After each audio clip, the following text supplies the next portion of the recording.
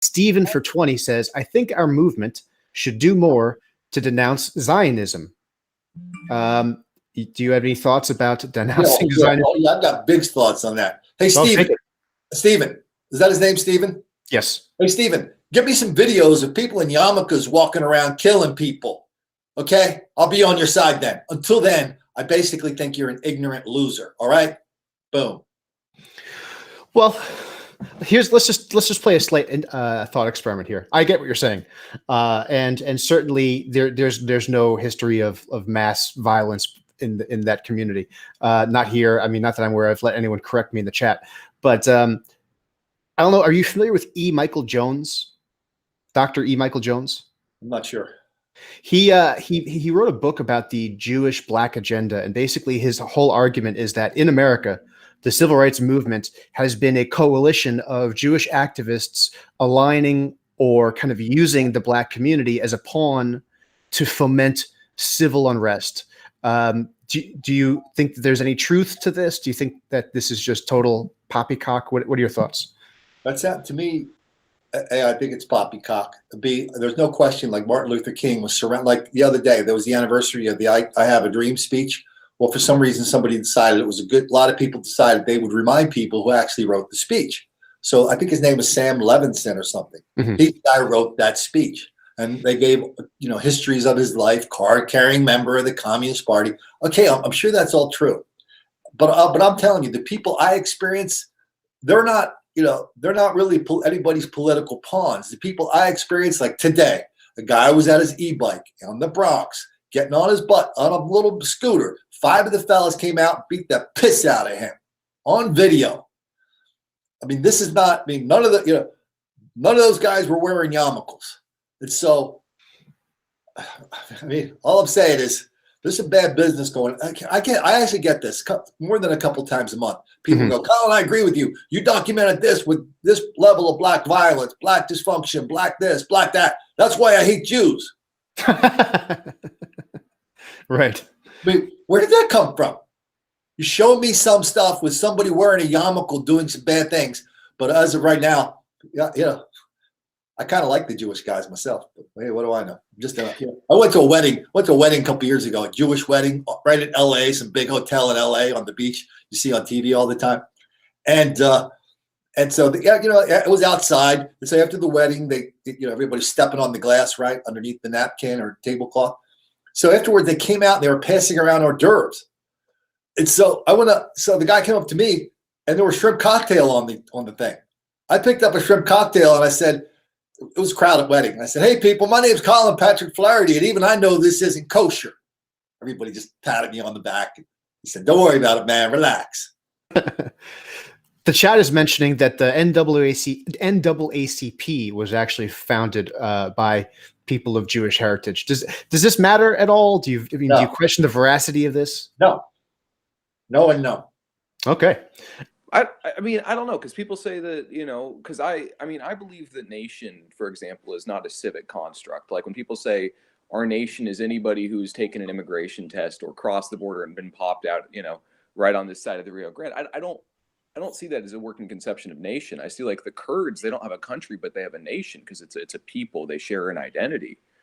So for me, I see nationalism really through kind of more of an ethnic lens, I guess, than is traditionally accepted. And they say that I'm a very bad person for it. And, while I certainly respect your position, a lot of people that you mentioned Tucker and Ann, and I'm a big fan of both of their works, and they certainly see it through more of a civic conception.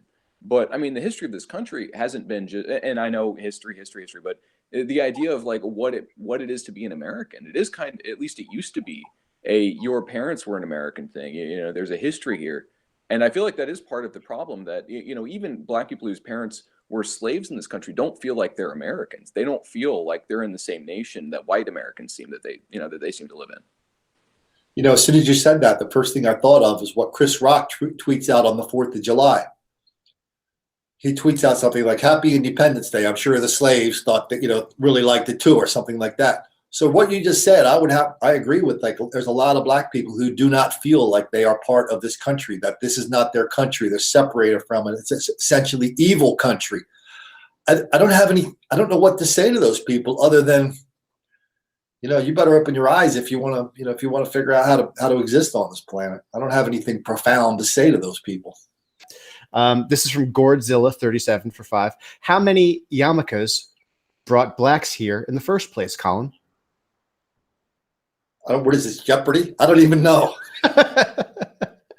Well, okay, but it's a common narrative that's referenced in circles, right? Like we can play it off as, oh, what's that about? But and this is something you see, and I get that it gets to the person who thinks this thing must be a bad thinking kind of individual because they're an identitarian. But there's a decent amount of literature out there about the specifically Jewish involvement with the slave trade and with the fact that a disproportionate.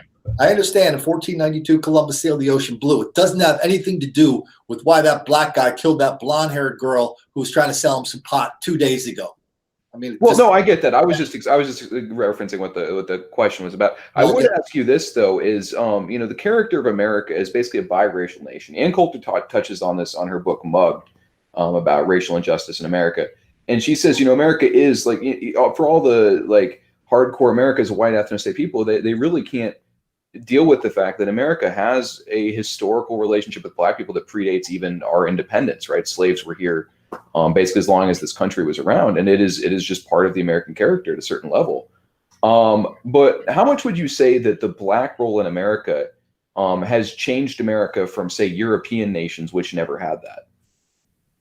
Give me that last 5 seconds again. Say for how does the black history and relationship with America make America different from European nations that never had that historical experience with Africans?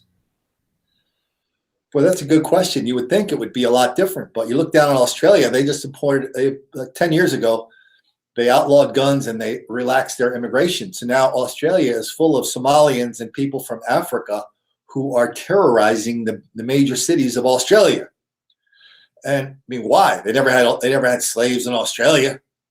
And so I don't know. It's like even dwelling on the question, it's almost like above my pay grade. And it's like all of a sudden, again, my thing is there's a lot of danger from black violence and denial in this country. And all of a sudden somebody wants to talk about who owned the slave ships that were coming over here in 1820. I guess 200 years ago. I guess that's important to some people. It's not to me.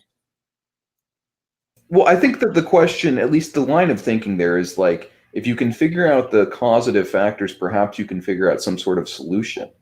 I understand the talk about criminal justice and dealing with that, but obviously we've tried a very heavy-handed approach and it seems to be kind of having diminishing returns, right? Our prisons create a permanent criminal class of, you get these black guys that they go to high school, they get arrested for playing the knockout game or whatever. They do a dime or a nickel inside the pen and they come out. They've got no job prospects. They're a career criminal at that point. There's no getting them out of that. I do hear a lot that going to prison causes crime. But the fact is, I hate to say this, but it's kind of the opposite. You commit the crime and go to prison then. Well, so this is something I did want to talk to you about. I watched a video of yours where you interviewed a school psychologist and that was the name of the video. And she talked about how she had trauma from working in these schools and dealing with black kids throwing chairs at her. I think in your video, you mentioned how she ended up being hospitalized because of how badly she was injured.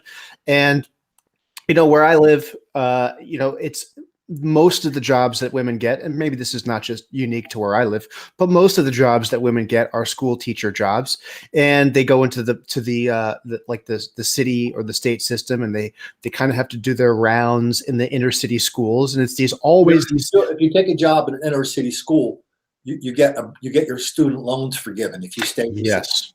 Sorry to interrupt. No, absolutely. You finished that thought. No, that was it. It's just an observation.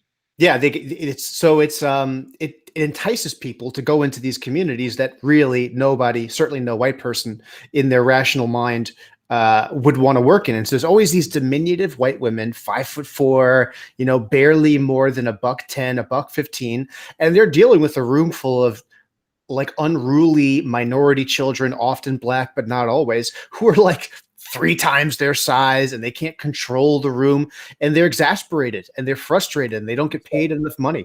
And so in St. Louis, they're actually suing the teachers because they hire these teachers. They sign a contract. They say, yeah, I'll stick around for a year, some crazy number, like 40% of the new teachers in St. Louis, they quit before a couple months is up because of the ridiculous level of violence, chaos, and mayhem in the schools. You know, if anybody in the sound of my voice now, if you know a teacher, if you know somebody studying to be a teacher, and look at their textbooks, you will be astonished at how much time they spend studying how to teach Black people. And it's like, that's like their major preoccupation. And there's a book out there called Courageous Conversations, where, you know, that's his industry. He goes around telling everybody, his official thing is, hey, Black people are relentless victims of relentless white racism all the time, everywhere. That explains everything. That's why we need more Black teachers. That's why we have to study Black stuff in school. And we have to get rid of all the white racism, get rid of all the white teachers, and everything will be fine. Well, that's a catastrophe too. That's a very popular program. If you know what absolutely. And let me just cut in here real quick. I got to make a point to the audience, because I did have an internet issue earlier. I was out of the call. I was trying to get to a point earlier saying, look, me and Colin have different politics, and that's okay. I understand that a lot of people watching this want me to really hammer home things related to the Jewish question with Colin, but I appreciate his position, and I don't really feel that it's fair to have him on here and just berate him about a point that he's got his mind made up about, and I don't really see any advantage in causing any sort of strife there. I mean, I think what you do, Colin, is very important work, and for people who hold a different position than you on the Jewish question, of whom I am certainly one, you know, it's not something that it's like, let's belabor this point and undercut the importance of the work that you've done, which is absolutely foundational. If that makes sense. So I just want to make that clear, not really to you, but so much to the audience. Just well, for the last 5 years, I've been saying this once a week. If you've got some videos of Jewish people clonking people on the head, let me know. But other than that, I'm the guy who documents more Black on Jewish violence and hostility than anybody in this country. Jewish people are victims of Black violence, but I also have to bust some of the Jewish people up in Williamsburg for sugarcoating it, for glossing it over, for pretending it's not happening.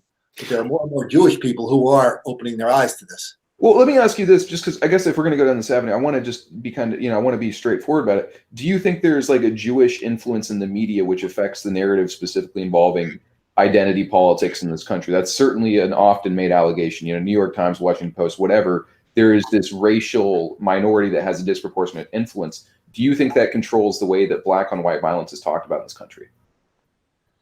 I don't know the answer to that. I know I've worked in a lot of newsrooms. I've taught courses to reporters at the University of California. And so, no, I just know a lot of reporters, and nobody has to look at them and say, hey, meet me at the synagogue and I'm going to give you your marching orders. No, these reporters that I know, that I trained, that I party with, these are the most liberal people that you know. Virtually none of them are Jewish. So I understand. Listen, I understand you're saying, there's this big cabal that are pulling the strings, but I wouldn't say cabal. I'm more of the Kevin McDonald school, where there is like an ethnic interest, right? Dr. McDonald, who wrote The Culture of Critique, The People Who Shall Dwell Alone, he really gets into like ethnic history, ethnic relationships. Basically, the idea that human evolution is a group phenomenon, where groups will evolve traits much as individuals will. And he specifically, when he was teaching at the University of California State Long Beach, this is where he wrote the book at and the series at. He went into the Jews as a group, which the people who shall dwell alone, they do kind of have this distinct history, and he sees it in an ethnic way. But just if you see identity more broadly, the idea that a minority ethnic group like European Jews might not want to have as homogenous of a society, and this is what I was trying to get at a little bit earlier with the European question, right? They would want to see a society where it's a multi-ethnic, where the idea of a city being multiracial is just kind of taken a priori, instead of, we're a minority group in a city that is majority one type, right? You see this with Blacks in American cities, where they're a very small percentage. They do seem to have a little bit lower of a crime rate, and that there might be an encouragement by certain ethnic groups as a self-defense thing. So I wouldn't say it's a conspiracy. I don't think that anyone's positing like there's a shadowy cabal. But I think that's where the thrust of that narrative comes from. I don't think it's totally inaccurate. Obviously, there are gross misrepresentations by certain people for certain reasons. But, we don't, as I said, we don't need to like dig into it super hard with you, because I get you have your position made. I just want somebody to come up and say, listen, the editor of the Washington Post told me to not report this because this reason. And I've never seen anything like this. Well, that happens with the CIA all the time, Colin, with overthrowing foreign governments. Maybe not domestically, but I just talk about things that are happening right in front of my face that I can reach out and grab and show you. Okay, I haven't heard one thing in this discussion about Jewish people that even comes close to meeting that criteria. So you have to show me. I'm not even from Missouri. I'm one of you. Anyway, so go ahead, Josh. I'm sorry. So I agree with Joaquim. I don't want to antagonize people who are kind enough to come onto this program. My whole kind of ethos as an interviewer is to bring people on to talk about what they're knowledgeable about, get the best out of them. I do think I also agree with Joaquim. I've read Kevin McDonald's work. I personally believe that identity politics is the way out of this situation. I don't need to press that issue with you. I certainly didn't bring you here to do that. But since we're on this topic, and it's the last thing I will say about it, we'll pivot back to more related to your work before we close this down. Let me ask you this question. A series of questions, kind of short yes or no questions. Do you believe in IQ differences between blacks and whites? I mean, it's like asking somebody if I believe the sun's coming up tomorrow. Isn't that fairly well established? Okay, just to clear that, because for a lot of people that's a controversial issue. Do you think that there are different kinds of crimes committed by people of varying levels of IQ? I don't know about that. Well, let me ask you this. Is it more likely that a low IQ person will commit impulsive, violent crime than a high IQ person?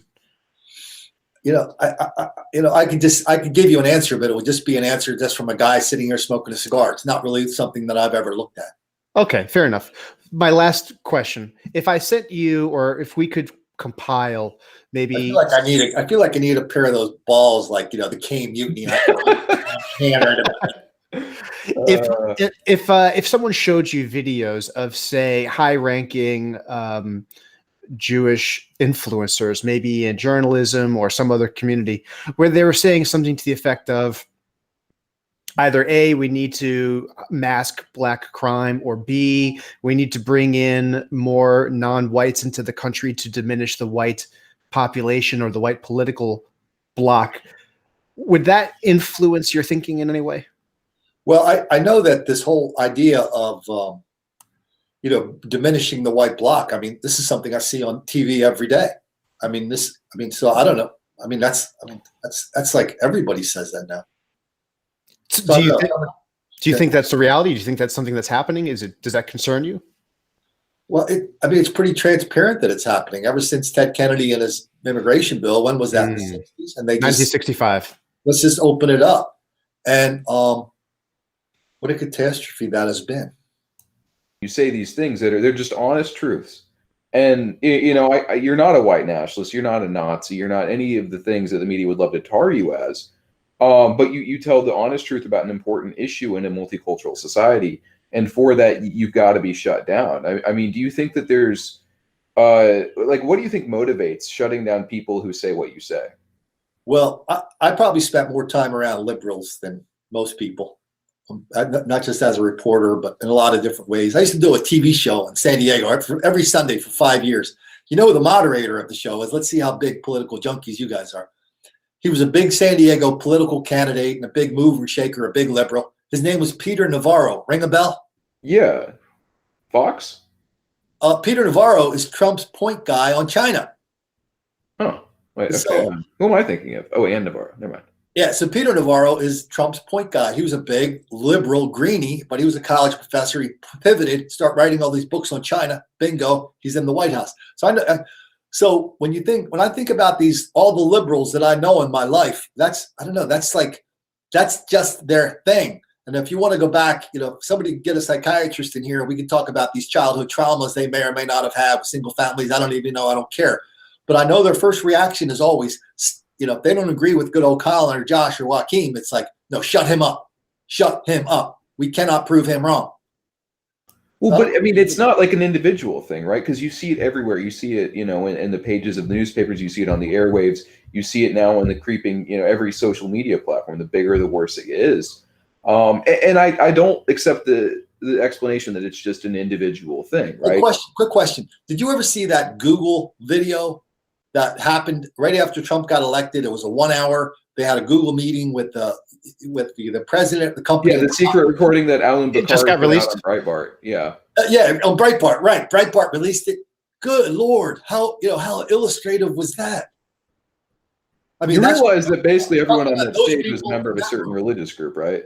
What's that? This is where the people who are they're very questioning of Jewish power, because most of the executives at Google who are saying that kind of stuff, they see them as affiliated with this religious group, and it's like, okay, there doesn't need to be a conspiracy, but like, if Google has this interest, what is the interest? And this is what I'm kind of driving at: is it's not an individual thing, right? Google has a systemic interest in promoting the diversity agenda and defending Black perpetrators of crime from proper exposure. Now, whether that's an ethnic thing from another group or a conspiracy of like-minded liberal elites, it certainly seems that wherever it's coming from, it's not just individual psychosis. And so that's what I want to posit to you, Colin, is what do you think the driving force is behind, something exactly like you described with, Google's censorship of such an issue? Okay, what I don't know the answer other than what's the driving force for some chick to dye her hair purple and declare she's an anarchist and work for Google and try to shut people down? I don't know. Other than we have to expose them and stop them and fight them. If somebody wants to tell me that's some kind of organized Jewish thing, I'm just telling you that's stupid. Okay, I can't say it any plainer than that. Fair enough. I get that. Absolutely.